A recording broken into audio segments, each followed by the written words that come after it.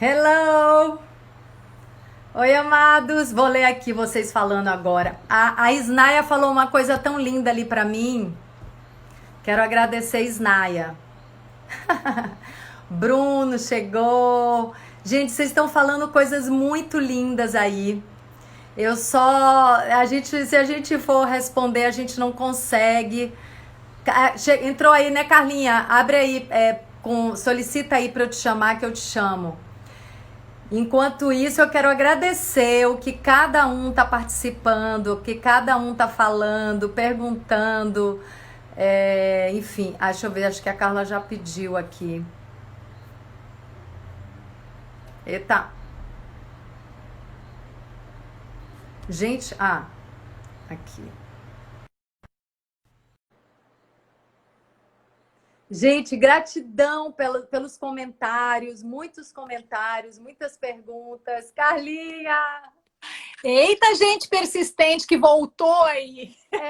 Sim. Não, e você sabe, eu aproveitei enquanto você estava entrando para agradecer, porque eu estava lendo muitos comentários e muitas perguntas e muitos pensamentos, muitas coisas lindas que as pessoas estavam colocando aí. Estou agradecendo a presença de cada um. Então, você pode concluir aí seu Então, pensamento. na verdade, eu acho que a gente pode propor um seriado, Ingra, porque assim, só te ouvindo, eu fui abrindo assim janelinhas de um monte de assuntos que a gente pode abordar e que podem levar à autocura das pessoas. É importante levar ao conhecimento das pessoas essas portas para cada um visitar e aprofundar aquilo que fizer mais sentido para cada um, né? Eu tô aqui num bota e tira desse óculos, porque quando eu coloco o óculos, fica uma luz refletida que tá parecendo que eu sou... Olha isso, gente! Olha! Tá parecendo um ser de outro planeta. Um olho de abelha. Isso! E aí, para eu poder ler as pessoas, eu tenho que botar o óculos. Mas, enfim, só para concluir a história do Tantra, né, para dizer que quando eu falei na teoria dos vasos comunicantes, a mesma energia que a gente vai fazer subir ao longo do nosso corpo, ao longo das nossas glândulas, ao longo dos nossos chakras, para nos levar numa capacidade de discernimento, de meditação profunda, de comunhão com o infinito, é a mesma energia que nasce lá na base e que tem o anseio por ter coisas materiais, por ter relações sexuais constantemente, indiscriminadamente, por ter poder, por ter relações amorosas, românticas, por se expressar e servir ao mundo, por encontrar um propósito específico. Então, a gente não pode, não deve reprimir nenhuma dessas dimensões, mas a gente precisa conduzir cada uma delas acima, né? Essa é a tarefa. Sim, e aí eu quero só fazer um comentário sobre isso, Carlinha, porque assim, é bom lembrar que essa energia, né, que nasce lá na base, no primeiro chakra, nada mais, nada menos do que a energia vital, né? A energia geradora de vida, energia criativa. E eu tenho tive algumas experiências recentes com o Tantra, que é um estudo, é uma ciência, né, de iluminação que me encantava já há poucos anos. E aí eu resolvi, né, alguns meses atrás, desde o final do ano passado até algumas experiências, e foram assim avassaladoras para mim. Porque primeiro é exatamente isso, né, que toda vez que, por exemplo, assim, algumas religiões negam o corpo e condenam, né, a realização sexual, sensual, esse aspecto do nosso ser, a pessoa, quando ela não vivencia qualquer aspecto do ser, quando ela não realiza, ela fica presa naquilo. Então, assim, você não vivenciar os seus impulsos do primeiro chakra. Inclusive, tem a hora de fazer isso, né? Tem uma fase da vida onde é a fase de fazer isso. Mas se as pessoas foram massacradas, se as pessoas foram proibidas dessa vivência, dessa experiência, tem gente que passa uma vida inteira ali bloqueado no chakra básico. Então, exatamente assim, quando é proibido, o que é que acontece? A pessoa não evolui daquele lugar do chakra básico, né? Que é a energia ali aprisionada no primeiro chakra, que é o chakra da sobrevivência, da sexualidade. Então, cada vez, eu vejo isso a cada dia. Quanto mais a gente tenta fugir, né, de qualquer experiência, mais ela vem atrás da gente. Porque a gente precisa vivenciar tudo isso, né? E aí, justamente, é a não negação e a vivência dessa experiência na base que vai te levar ao conhecimento dessa sexualidade, dessa sensualidade e o conhecimento dessa energia que é a energia mais poderosa do universo, né? Energia da vida, da criatividade e fazer com que ela suba. Então, assim, eu tive algumas experiências felizes com o Tantra, que é justamente de trazer essa energia, principalmente para o chakra do coração, né? Porque a gente não aprende nessa sociedade, né? A gente não desenvolve o nosso amor pleno, nosso amor próprio, que é a base de todo amor, e todo amor é um amor só, né? Isso tudo é nomes que a gente dá para o amor, mas quando eu falo amor próprio, é esse amor base, né? De todas as outras relações que a gente pode ter na vida. E aí vem uma dessas vivências, eu quero trazer a questão do seu nome, de Kali, porque assim, eu tive uma vivência com a Kali, né? Com a deidade Kali, que é justamente, né, a deusa que matou todos os monstros. Você pode falar disso muito melhor que eu. A primeira vez que eu escutei falar de Kali foi o Baba falando num Shivaratri, que, né, foi um retiro do silêncio de 11 dias e tal. Ele contou essa história me marcou muito, porque ela cortava a cabeça do demônio, que quando o sangue multiplicava em outras cabeças, ela lambia o sangue e cortava as cabeças.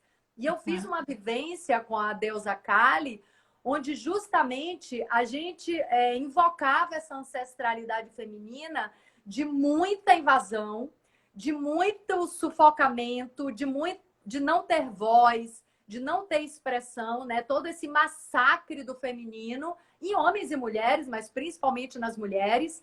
E a gente, com a espada de Kali, a gente matava, a gente destruía todas essas feridas, todas essas faces, inclusive de nós mesmas, que nos deixaram ser invadidas, né? Essa falta de amor próprio, essa falta de não ser guardiã com o nosso corpo, com a nossa alma, por falta de consciência. Então, assim, pela primeira vez eu vi muito clara essa necessidade que, de vez em quando, a gente tem que incorporar, reverenciar Kali, a nossa Kali interna, e pegar uma espada, sabe? E matar certos aspectos do nosso ser, certas situações da nossa vida, profissões, relações que não nos fazem bem. A gente também precisa ter essa coragem de cortar a cabeça e lamber o sangue, né? Então, a própria, inclusive.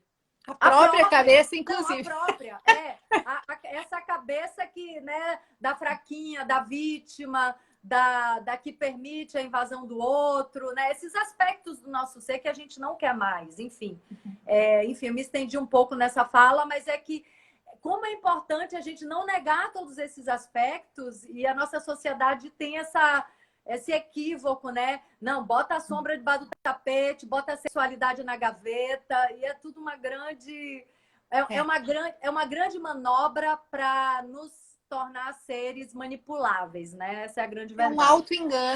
É um auto-engano que nos enfraquece e nos amputa, né? Então é importante dizer, assim, ao falar de Kali, né, que a gente vive numa era chamada Kali Yuga, né? Yuga são as eras que se sucedem, desde a mais sutil e benevolente até a era mais densa. Nós vivemos uma situação, né, no nosso país de absoluto desgoverno, uma situação no mundo, né, em que as pessoas estão desorientadas, e nós precisamos ir além das nossas ilusões. Esse é o papel da deusa Kali, né? Nos desiludir. As pessoas olham para... Quando alguém diz, nossa, eu estou muito desiludido, a gente sente dó. Isso aí. E, na verdade, desiludir-se é um estágio evolutivo muito importante. Esse é o papel da deusa Kali, né? Ajudar as pessoas a perderem as suas ilusões, tipo assim, o coelhinho da Páscoa, o Papai Noel. Isso é ótimo em determinada etapa da vida em que a gente precisa constituir essa questão dos sonhos. Mas quando a gente estava falando do Tantra, né, eu quero retomar só um aspecto, que se a gente olhar, por exemplo, quais são as instituições no mundo que têm o maior índice de pedofilia, de doenças mentais, né? Então a gente vai encontrar naturalmente a igreja, o exército, todas as dimensões onde as pessoas foram amputadas da expressão da sua sexualidade, isso acaba irrompendo de uma maneira muito destrutiva para si e na relação com os outros. Eu gostaria de referir aqui ao falar de Tantra, né? Porque embora tenha ido para a Índia, para o Nepal, vivido realidades muito profundas, eu aprendi muito mais sobre Tantra no Brasil, numa instituição chamada Instituto Visão Futuro, em São Paulo, na cidade de Porangaba. É um instituto muito sério de Tantra, que fala do Tantra raiz de 7.000 anos atrás. Todos os mestres, os grandes mestres na Índia são chamados de Baba, né? Porque Baba não é um nome de pessoa, Baba significa a entidade mais amada, né? Então esse centro no interior de São Paulo, na cidade de Porangaba, o Instituto Visão Futuro, faz uma abordagem de Tantra muito libertária, né?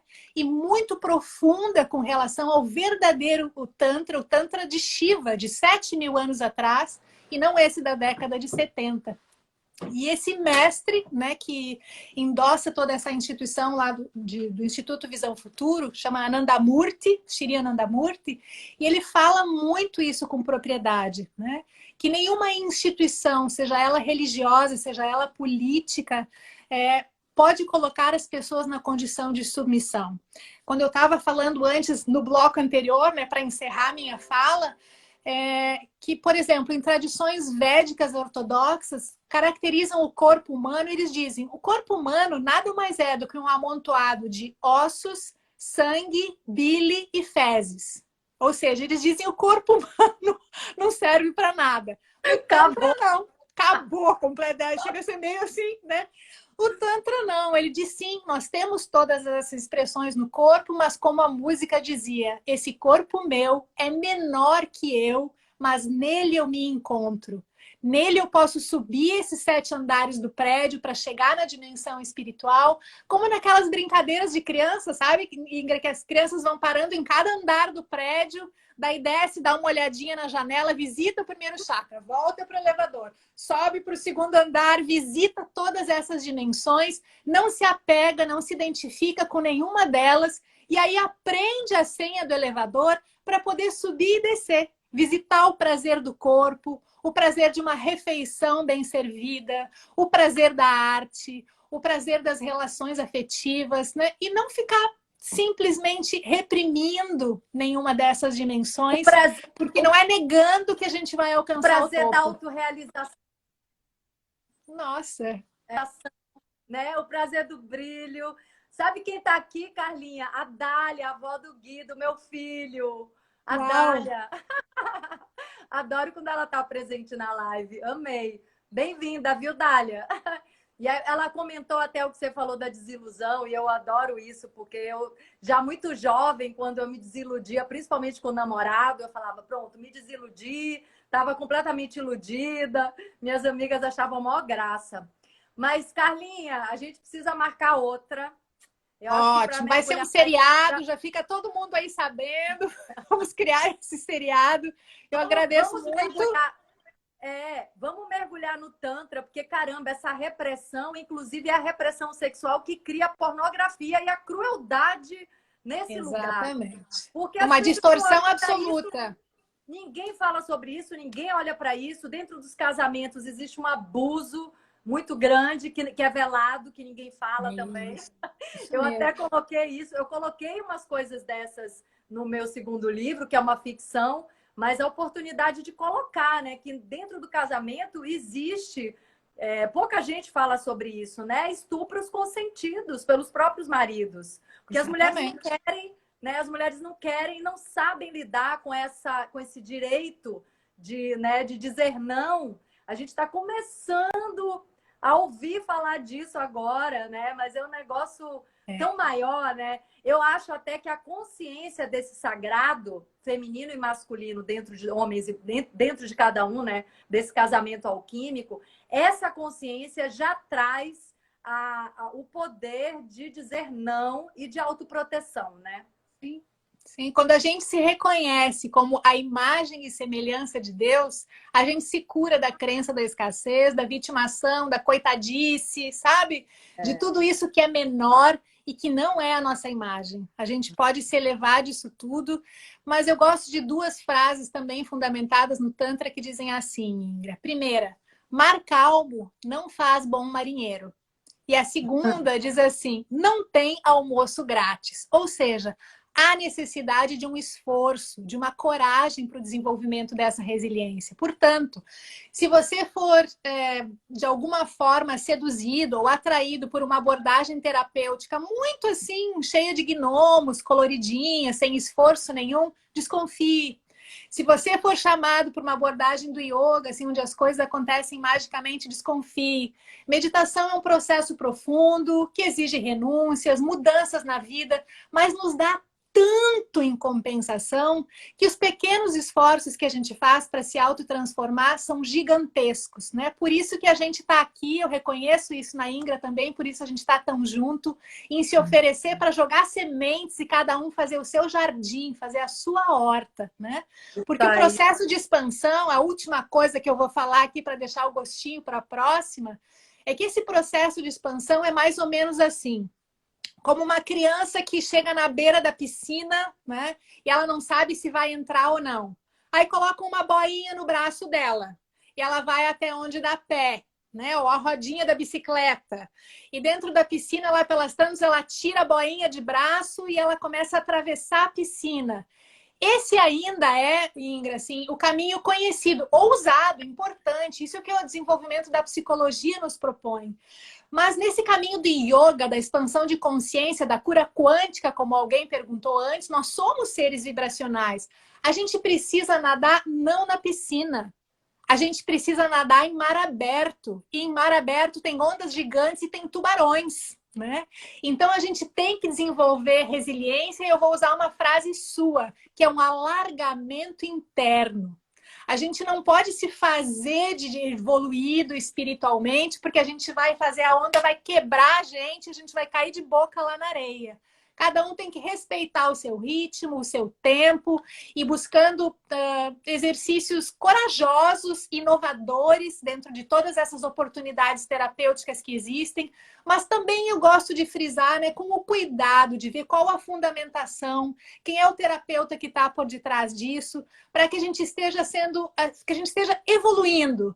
E não que a gente esteja novamente se iludindo, porque não faz diferença se eu tenho uma ilusão, por exemplo, capitalista ou sensual, ou se eu estou tendo uma ilusão espiritual, né? As pessoas precisam entender que é elas que vão se transformar, mas a gente precisa procurar terapeutas, gurus, mestres, pessoas para se inspirar, que sejam humildes enquanto humanas, mas que tenham fundamento naquilo que elas estão propondo, para que a gente não seja abusado, né? Então eu agradeço, me mantenho à disposição e a gente informa os próximos capítulos.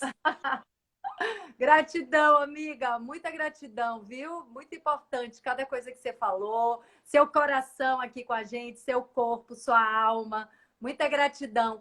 E agradeço a todos que estiveram aqui hoje com a gente. Muito obrigada por essa companhia, pela energia, que a gente está aqui numa roda. A energia de cada um está contribuindo aqui para o resultado dessa conversa.